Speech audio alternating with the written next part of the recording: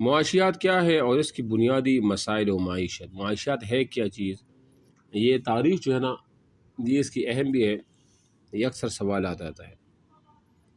تو یہ کہتے ہیں کہ انسانی ضروریات اور خواہشات لامحدود ہیں، جبکہ دستیاب انسانی وسائل وہ محدود ہیں۔ ان محدود وسائل کو اس طریقے سے استعمال کرنا کہ ان کے ذریعے زیادہ سے زیادہ ضرورتیں اور خواہشات پوری ہو سکے، اسی اردو معاشیات، عربی میں الاقتصاد اور انگریزی میں اکنامکس وہ کہتے ہیں۔ سمجھ آ گئی ہے؟ یعنی کیا مطلب؟ جو انسانی ضروریات ہے اور خواہشات ہے، وہ ہماری جتنی ضروریات ہے، ہماری جو خواہشات وہ تو لامحدود ہے نا۔ ہم تو کہتے ہیں جتنا زیادہ پیسے ہو، جتنا زیادہ کمائی ہو، جتنا زیادہ یہ ہو وہ ہو، زمینیں ہو وغیرہ وغیرہ، جبکہ دستیاب انسانی وسائل، کہ ہمارے پاس وسائل بڑی محدود ہوتے ہیں۔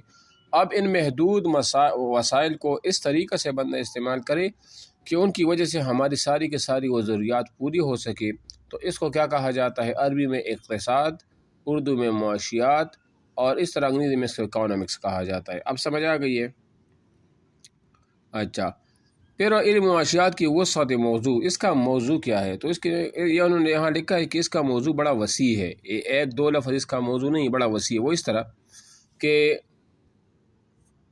کہ ہر علم آغاز میں اپنی اصطلاحات اور نفس مضمون کے لحاظ سے محدود ہوتا ہے۔ جو وقت گزرتا جاتا ہے، اگر وہ علم انسانی زندگی کے لیے عام ہو تو وہ ترقی کر جاتا ہے، جو انسانی زندگی کے لیے مفید نہیں ہوتا تو وہ اپنی کمزوری میں ہی مر جاتا ہے۔ ٹھیک ہے نا؟ تو یہ قرآن مجید کا اصول ہے کہ جو چیز انسان کے لیے فائدہ مند ہو اس کو دوام اور ثبات حاصل ہوتا ہے، جو بے فائدہ ہو وہ جاگ کی طرح خشک ہو جاتا ہے۔ یہ ظاہری بات ہے، جس چیز کو انسان کی ضرورت ہو وہ کیا اس میں دوام آ جاتے، ہمیشہ کی وہ کنٹینیوز ہوتا ہے۔ تو مثال کے طور پر جیسے معیشت، مطلب روٹی، کپڑا، مکان ہی انسانی زندگی کا اہم پہلو ہے۔ یہ تو ہے نا، ہماری معیشت میں ہمیں کس چیز کی ضرورت ہے؟ ہمیں روٹی کی ضرورت ہوتی ہے، کپڑے کی ہوتی ہے، مکان کی ہوتی ہے، یہ بنیادی چیزیں ہیں، تو یہ معیشت میں آ جاتا ہے۔ تو یہ انسانی زندگی کا اہم ایک پہلو ہے۔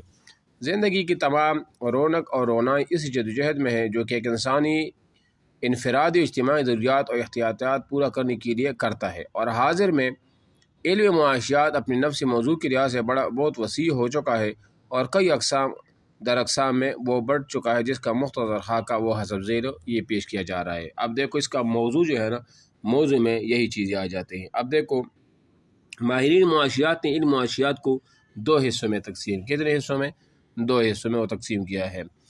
ایک ہوتا ہے نظریاتی معاشیات۔ اب نظریاتی معاشیات وہ کیا ہے اور آگے جو اس کی اقسام ہیں وہ بھی ہم وہ پڑھیں گے۔ نظریاتی معاشیات یعنی انسان کی حصول مال اور دولت کے لیے صحیح جدوجہد اور طرز عمل کا مشاہدہ کر کے جو اصول و قوانین وضع کیے جاتے ہیں وہ نظریاتی معاشیات کہتے ہیں۔ مثال قانون طلب، قانون رسد، نظریہ تقابلی، مطالعہ مصارف و وغیرہ۔ کیا مطلب ہے اس کا؟ دیکھو نظریاتی معاشیات کا مطلب وہ یہ ہوتا ہے کہ مثال کے طور پر ایک انسان ہے، ایک مال کو کیسے وہ حاصل کرے گا، دولت کی جب وہ کوشش کرتا ہے، جب اس کے لیے وہ جدوجہد کرتا ہے اور عمل کا وہ ایک مشاہدہ کرتا ہے، پریکٹیکلی طور پر وہ عمل کرتا ہے، تو اس کے لیے جو اصول اور قواعد و قوانین وہ بناتے ہیں نا کہ میں مال کیسے حاصل کروں، میں دولت کیسے کماؤں، تو اس کے جو اصول و قواعد جو وہ بناتے ہیں، وضع کرتے ہیں، تو اس کو نظریاتی معاشیات وہ کہا جاتا ہے۔ مثال کے طور پر قانون طلب ہے، ڈیمانڈ ہے، قانون رسد ہے، یعنی جو رسد و طلب ہوتی ہے نا، ڈیمانڈ آپ نے جس کو ہم سپلائی بھی کہتے ہیں، کسی کو مال سپلائی کرنا اور کسی مال کو مطلب ڈیمانڈ کرنا، طلب کرنا، یہ جو ہے نا یہ چیزیں کیا ہوتی ہے، یہ نظریاتی معاشیات کہ ہماری طلب کتنی ہے، ہماری ضرورت کتنی ہے، ہم نے کتنا مال بیچنا ہے وغیرہ وغیرہ، یہ چیزیں۔ ٹھیک ہے نا؟ سمجھ آ رہی میری بات؟ اچھا، اس کے بعد نمبر 2 ہے اطلاقی یا عملی معاشیات۔ اطلاقی یا عملی، ایک تو نظریات ہے، ایک عملی معاشیات۔ عملی معاشیات بھی نظریاتی معاشیات کی قوانین کو جب عملی شکل دے دی جاتی ہے اور اس کی نوعیت اور اہمیت پر روشنی ڈالی جاتی ہے تو وہ اطلاقی یا عملی معاشیات کہلاتی۔ مثلاً کسی ملک میں اشیاء کی قیمتیں بڑھ رہی ہو تو نظریاتی معاشیات نے طلب اور رسد کی جو قوانین مقرر کیے ہیں ان کی روشنی میں وہ اسباب معلوم کریں گے جس کی وجہ سے قیمتیں بڑھ رہی ہیں، اور ان کے روک تھام کے لیے جو اصول و قوانین وضع کی جائیں گے وہ اخلاقی و عملی معاشیات۔ اب دیکھو نا، مثال کے طور پر اب ملک میں چینی گھی کی قیمت بڑھ رہی ہو، چینی کی قیمت بڑھ رہی ہے یا آٹے کی قیمت بڑھ رہی ہے، اب جو نظریاتی معاشیات والے ہیں وہ غور و فکر کریں گے کہ یہ قیمتیں وہ کیوں بڑھ رہی ہے. سمجھ آ رہی ہے میری بات؟ وہ اسباب جو ہے نا وہ معلوم کریں گے کہ ان کے اسباب کیا ہے کہ کیوں جو ہے نا ان کی قیمتیں جو ہے نا جس کی وجہ سے وہ بڑھ رہی ہے، اور اس کی روک تھام کے لیے پھر وہ کیا کریں گے کہ یار یہ تو عوام کے لیے فائدہ مند نہیں ہے. پھر اس کی روک تھام کے لیے جو وہ اصول و قواعد وضع کریں گے اس کو عملی معاشیات وہ کہا جاتا ہے. اب سمجھ آ گئی ہے میری بات ہے؟ پھر نظریاتی معاشیات کی اقسام. آواز آ رہی ہے؟ ہلو، آواز آ رہی؟ اچھا. نظریاتی معاشیات کی اقسام. نظریاتی معاشیات کی دو بڑی وہ قسمیں ہیں، ایجابی اور اثباتی معاشیات. ایک ہوتا ہے ایجابی معاشیات، ایجاب کا مطلب ہے ثبوت جس میں منفی نہ ہو، اور دوسرا سلبی معاشیات.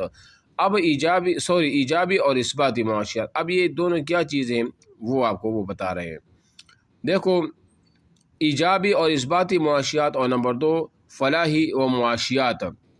ایجابی یا اثباتی معاشیات ہوتا کیا ہے؟ دیکھو، ایجابی یا اثباتی معاشیات میں انسانی معاشی زندگی کی بنیادی حقوق کا غیر جانبدارانہ مطالعہ اور تجزیہ کیا جاتا ہے.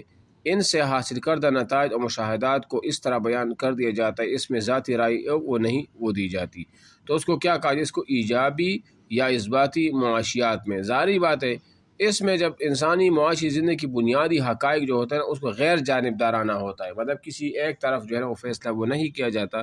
تو ایسی جہاں پر ایک معاشیات کے بارے میں ایسا مطالعہ اور تجزیہ وہ پیش کیا جاتا ہے تو اس کو ایجابی یا اثباتی معاشیات وہ کہا جاتا ہے. ٹھیک ہے.